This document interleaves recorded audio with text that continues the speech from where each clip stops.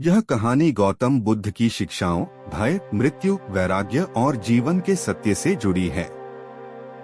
इसका मूल संदेश है कि जब तक मनुष्य मृत्यु के सत्य को नहीं समझता, तब तक वह वास्तविक शांति और ज्ञान को प्राप्त नहीं कर सकता।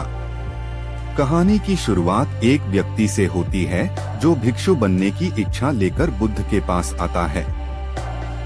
बुद्ध उससे प्रश्न पूछते हैं, तुम्हारा सबसे बड़ा भय क्या है? व्यक्ति कहता है कि उसे भूतों से डर लगता है।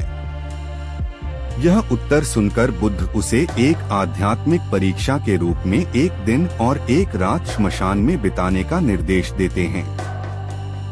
श्मशान जीवन की अनित्यता और मृत्यु के सत्य का प्रतीक है। पहली रात वह व्यक्ति भयभीत रहता है, हर आहट उसे भूत का आभास देती है, लेकिन उसे कोई भूत नहीं दिखता।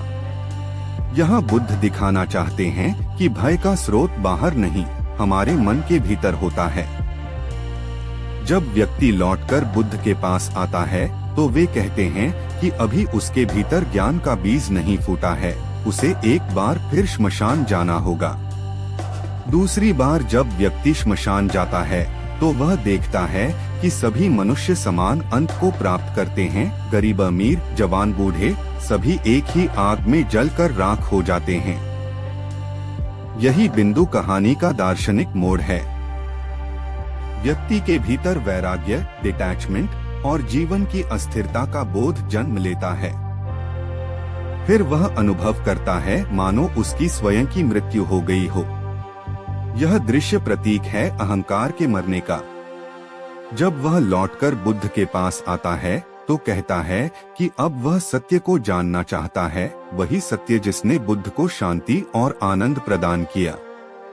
इस कहानी के प्रमुख शब्द हैं गौतम बुद्ध, भय, भूत, श्मशान, मृत्यु, वैराग्य, सत्य, जीवन, अनित्यता, आत्मबोध, ज्ञान, साधना, शांति, मुक्ति, ध्यान, अनुभव, परिवर्तन, आत्मचिंतन, मोक्ष, अहंकार, बोध, बुद्धत्व, समय का मूल्य, आध्यात्मिक जागरण, करुणा, समता, शांति का मार्ग और जीवन का उद्देश्य। यह कहानी सिखाती है कि मृत्यु के भय को समझना ही जीवन की सच्ची शुरुआत है।